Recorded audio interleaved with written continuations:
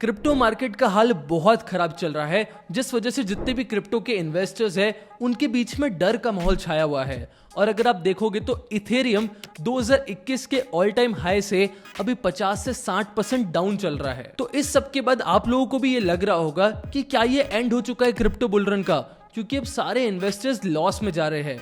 जैसे Donald Trump भी loss में है और जितने भी बड़े इंस्टीट्यूशनल इन्वेस्टर्स होते हैं वो भी अभी लॉस में हैं। और इस सब के बाद मार्केट में दो कैटेगरी के इन्वेस्टर्स बन चुके हैं।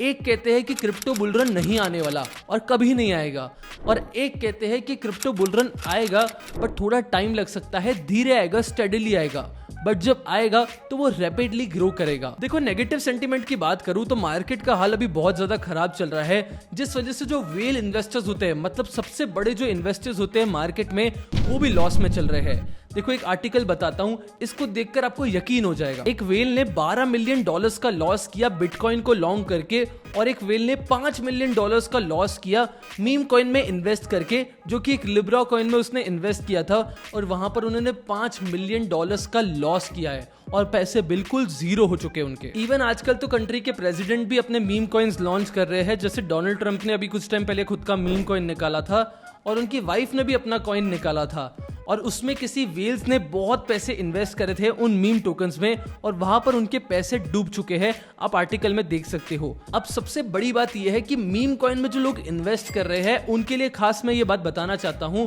मुराद करके एक बहुत बड़ा इन्फ्लुएंसर इन्वेस्टर है जो कि मीम कॉइन में ही इन्वेस्ट करता है, और अभी उनका पोर्टफोलियो भी 85% डाउन है। उनका जो मीम कॉइन का पोर्टफोलियो है वो भी 85% डाउन चल रहा है। और जैसे कि मैंने आपको बताया कि बड़े बड़े इंस्टीट्यूशनल इन्वेस्टर्स जो है क्रिप्टो में, वो भी लॉस में है, एंड बस जिन्होंने पैसा कमाया है वो है इनसाइडर ट्रेडर्स। देखो, जो अभी मैंने आपको ये बात बोली है इनसाइडर ट्रेडिंग वाली, ये इतना ज्यादा प्रूवन नहीं है, पर मैं आपको एक एग्जांपल बताता हूं जिससे आपको शायद यकीन हो जाएगा कि मैं क्या कहना चाह रहा हूं। एक इन्वेस्टर ने $81 मिलियन कमाए इथेरियम को शॉर्ट करके, वो भी 50x लेवरेज लेकर, और वही ट्रेडर ने बिटकॉइन एंड इथेरियम को लॉन्ग किया अगेन 50x लेवरेज के साथ, वो भी उस दिन जब यूएस में क्रिप्टो रिजर्व की न्यूज आई, और इतना बड़ा उसने प्रॉफिट ऐसे ही नहीं कर दिया, वो भी 50x का लेवरेज लेकर। तो उसके पास कोई ना कोई न्यूज तो थी, ये तो डेफिनेटली बात प्रूव होती है यहाँ पर। और देखो, अब यूएस में ट्रम्प के प्रेसिडेंट बनने के बाद ना मार्केट जो है, क्रिप्टो मार्केट, वो बहुत ज्यादा अनसर्टन हो चुका है। तो जब तक मार्केट सर्टन नहीं होता तब तक आप कुछ कह नहीं सकते, क्योंकि यूएस का जो प्रेसिडेंट है ये डोनाल्ड ट्रंप, ये बार बार कुछ ना कुछ न्यूज लेकर आते ही है। जैसे रिसेंटली अभी टैरिफ वॉर चल रहा है, जिस वजह से स्टॉक मार्केट, क्रिप्टो मार्केट, हर मार्केट बहुत ज्यादा अनसर्टन चल रहा है। तो चलो वीडियो के मेन पॉइंट पर आते हैं, जहां पर मैंने आप लोगों के लिए 5 पॉइंट्स निकाल कर रखे हैं। तो हम डिस्कस करेंगे इसके नेगेटिव एंड पॉजिटिव पॉइंट्स, और फिर ये जानेंगे कि क्रिप्टो मार्केट में बुल रन आने वाला है या नहीं, और अगर आएगा तो कब आएगा, और अगर आता है बुल रन तो कौन से कैटेगरी के टोकन्स बहुत ज्यादा इफेक्टिव होंगे और बहुत ज्यादा पैसे बना के देंगे, पंप होंगे, वो भी आपको पता चल जाएगा। तो चलो शुरुआत करते हैं। पहला पॉइंट है, has the bull run market ended? क्या बुल रन मार्केट एंड हो चुका है? देखो, मार्केट परफॉर्मेंस की बात करते हैं, पहले नेगेटिव पॉइंट्स की बात करते हैं। तो जो बिटकॉइन का प्राइस है वो $82,000 के भी नीचे चले गया है। ये किस वजह से हुआ है? जैसे मैंने आपको बताया, ट्रंप की न्यूज की वजह से हुआ है। जो टैरिफ वॉर चल रहा है, जैसे उन्होंने अनाउंसमेंट करा टैरिफ वॉर का, तो इसका बहुत ज्यादा नेगेटिव इंपैक्ट आया है क्रिप्टो मार्केट पे, क्योंकि लोग सेल ऑफ कर रहे हैं यहाँ पर। फिर जो सेकंड पॉइंट है, क्रिप्टो रिलेटेड स्टॉक्स, जो कॉइन बेस है, जितने भी क्रिप्टो रिलेटेड स्टॉक्स है, उसमें भी नेगेटिव सेंटीमेंट देखा गया है मार्केट में टैरिफ न्यूज की वजह से।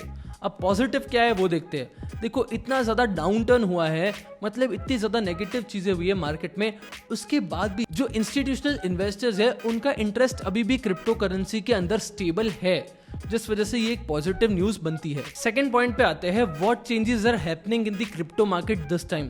अभी क्रिप्टो मार्केट में कौन से चेंजेस आ चुके हैं, कौन से रेगुलेशंस आए हैं, क्या चीजें नहीं आई है, उसके ऊपर देख लेते हैं हम पॉइंट्स।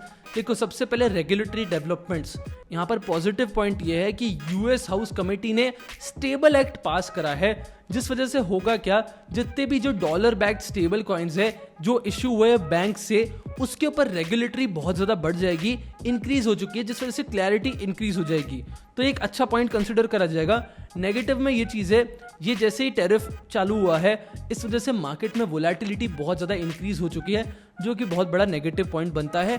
हर जगह पर आपको ये टैरिफ चीज़ दिखने ही वाली है, क्योंकि अभी ये सबसे बड़ा कंसर्न चल रहा है पूरे वर्ल्ड में। इसी में दूसरा पॉइंट है मार्केट डायनामिक्स। यहाँ पर आप पॉजिटिव पॉइंट देखोगे तो क्या है, stable coins are gaining mainstream acceptance. जो स्टेबल कॉइन्स है उनकी एक्सेप्टेंस बहुत ज़्यादा बढ़ती जा रही है मार्केट में, और with transaction volumes reaching 15.6 trillion in 2024। Okay, negative point को देखोगे तो यहाँ पर आपको टैरिफ अनाउंसमेंट्स का ही दिखेगा, causing decline in both traditional and crypto market. Tariff की वजह से यहाँ पर traditional market and crypto market दोनों ही अफेक्ट हुए हैं। थर्ड पॉइंट आता है bitcoin is rising but why are alt coins lagging. सबसे बड़ा कंसर्न है, बहुत लोग आज में भी आपका भी ये क्वेश्चन हो सकता है कि क्यों बिटकॉइन नॉर्मली चल रहा है एंड राइज होते जा रहा है इतने सब डाउन टर्न्स के बाद भी, बट जो ये ऑल्ट कॉइन्स है वो बस गिरते ही जा रहे हैं, वो आपको बढ़ते हुए नजर नहीं आ रहे।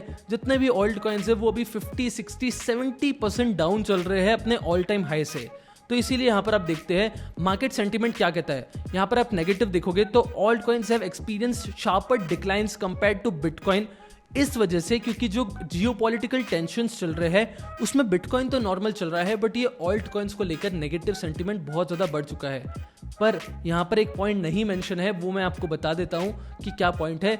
अभी इस रिसेंटली बहुत सारे मीम टोकन्स लॉन्च हुए हैं, और अगर आप देखोगे तो डेली और मंथली हजारों मीम कॉइन्स लॉन्च होते हैं मार्केट में, बट अभी पंप एंड डंप बहुत ज़्यादा बढ़ गया है, स्कैम्स बहुत ज़्यादा बढ़ चुके हैं, इस वजह से नेगेटिव सेंटीमेंट बढ़ चुका है। ये भी एक नेगेटिव पॉइंट कंसिडर करा जाएगा।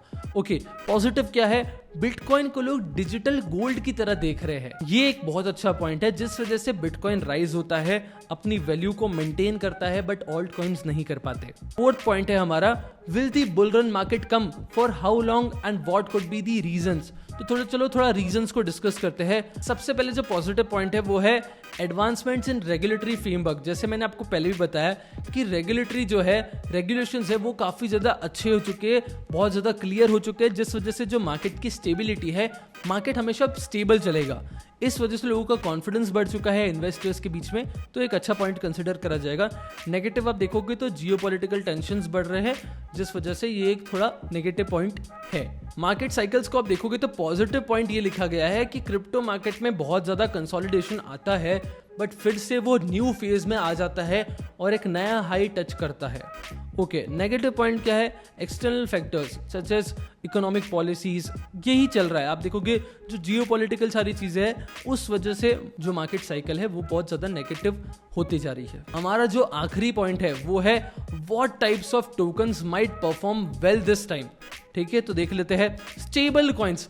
इसका पॉजिटिव पॉइंट क्या है वो देखते हैं, the increasing integration of stable coins into main stream finance. तो जैसे मैंने आपको बताया कि जो स्टेबल कॉइन्स है उनकी जो एक्सेप्टेंस है वो बहुत ज़्यादा बढ़ते जा रही है मार्केट में, तो एक बहुत अच्छा पॉइंट कंसिडर कराया जाएगा, और उनको रेगुलेटरी भी बहुत ज़्यादा सपोर्ट कर रही है, तो स्टेबल कॉइन्स आगे जाके आपको दिखने वाले हैं कि वो बहुत बढ़ेंगे। इसी का नेगेटिव पॉइंट क्या आता है वो देखते हैं। यहाँ पर नेगेटिव पॉइंट ये होगा कि रेगुलेटरी इसको सपोर्ट तो करेगी, बट जो इसका अडॉप्शन है वो उतना ज़्यादा बड़ा नहीं हो पाएगा, उतना ज़्यादा वाइड स्प्रेड नहीं हो पाएगा, तो यहाँ पर ये एक नेगेटिव पॉइंट कंसिडर करा गया है। ओके, सेकंड है alt coins with strong fundamentals. जैसे मैंने आपको बताया कि जो ऑल्ट कॉइन्स है, जो मीम टोकन्स है, उसकी जो एक्सेप्टेंस है और उसकी जो वायरलिटी है वो बहुत ज़्यादा बढ़ चुकी है, वैसे ही मार्केट में कुछ सालों से बहुत ज़्यादा बढ़ चुकी है।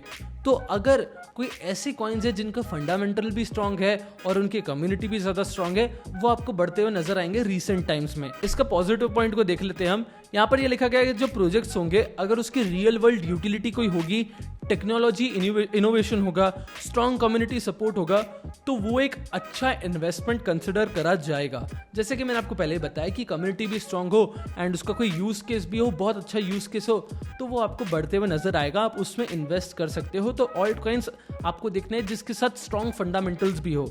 नेगेटिव पॉइंट ये है कि मार्केट वोलेटिलिटी की वजह से इन्वेस्टर का बहुत ज़्यादा नेगेटिव सेंटिमेंट बढ़ चुका है ऑल्ट कॉइन्स को लेकर, मीम कॉइन्स को लेकर। तो अगर फंडामेंटल्स अच्छे नहीं है, सिर्फ कम्युनिटी बेस्ड है, तो वहाँ पर इन्वेस्टर्स का लॉस होगा, और इन्वेस्टर्स को पता चल चुकी है ये चीज़। तो इस वजह से अगर आपने मीम टोकन्स में यूं ही इन्वेस्ट कर रखा है बिना फंडामेंटल्स देखे, कुछ भी देखकर, तो अभी राइट टाइम है कि आप वहां से एग्जिट हो जाओ। गुड फंडामेंटल्स कॉइन्स में आप इन्वेस्ट कर सकते हो, और अगर आप मीम टोकन्स में राइट टाइम में इन्वेस्ट करते हो, जैसे अभी मार्केट बहुत ज़्यादा गिरा हुआ है, तो अगर आप अभी इन्वेस्ट करते हो तो आपको हाई चांसेस है कि आपको अच्छे रिटर्न्स देखने को मिलेंगे इन फ्यूचर। आई होप आप लोगों के लिए वीडियो काफी ज्यादा यूजफुल रही होगी। अगर आपके कोई क्वेश्चंस है रिलेटेड टू क्रिप्टो मार्केट और स्टॉक मार्केट, तो आप मुझे कमेंट्स में पूछ सकते हो।